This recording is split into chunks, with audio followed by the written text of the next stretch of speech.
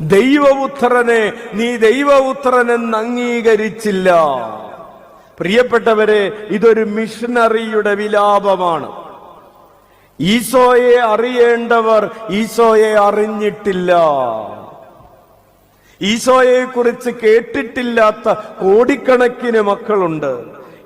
രക്ഷ വന്നിട്ട് ഈശോയെ കുറിച്ച് അറിയുന്നില്ല എന്ന് പറഞ്ഞാൽ അവർ രക്ഷ അനുഭവിക്കുന്നില്ല എന്നാണ് അർത്ഥം. കുറിച്ച് നമ്മൾ എന്തെങ്കിലും കരഞ്ഞിട്ടുണ്ടോ?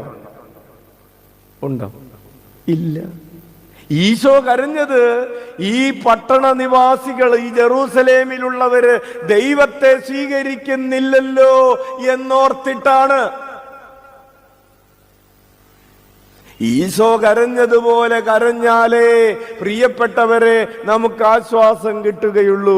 അതുകൊണ്ട് നിങ്ങളുടെ കരയാനുള്ള മറ്റ് കാരണങ്ങൾ മാറ്റിവെച്ചിട്ട് ഇന്ന് മുതൽ ഇങ്ങനെ കരയി.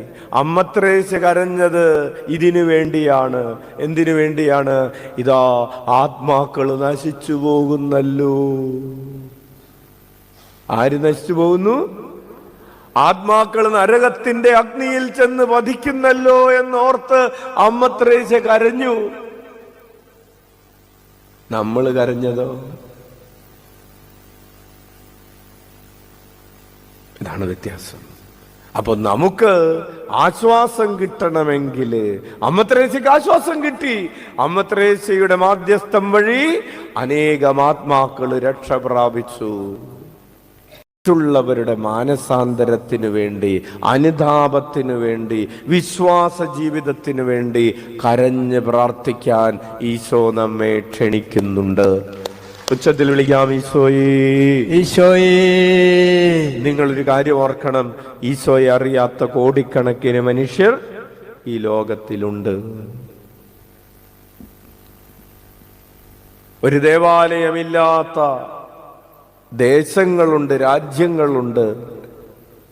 ഇനി വിശ്വാസം സ്വീകരിച്ചവർക്ക് തന്നെ തങ്ങളുടെ വിശ്വാസം ജീവിക്കാൻ പറ്റാത്ത സാഹചര്യങ്ങളുണ്ട്. ഒരു വൈദികന്റെ ശുശ്രൂഷ ഒരു കൊല്ലത്തിൽ 1-2 പ്രാവശ്യം മാത്രം കിട്ടുന്നത് കാത്തിരിക്കുന്ന ജനങ്ങളുണ്ട്. അച്ഛൻ 7 കൊല്ലം ഒറീസയിലായിരുന്നു. 7 കൊല്ലം ഒറീസയിൽ ശുശ്രൂഷ കഴിഞ്ഞപ്പോഴാണ് അച്ഛൻ ആവിലയിലേക്ക് വന്നത്. അപ്പൊ അച്ഛൻ കണ്ടിട്ടുണ്ട് ആളുകൾക്ക് വൈദികരില്ല.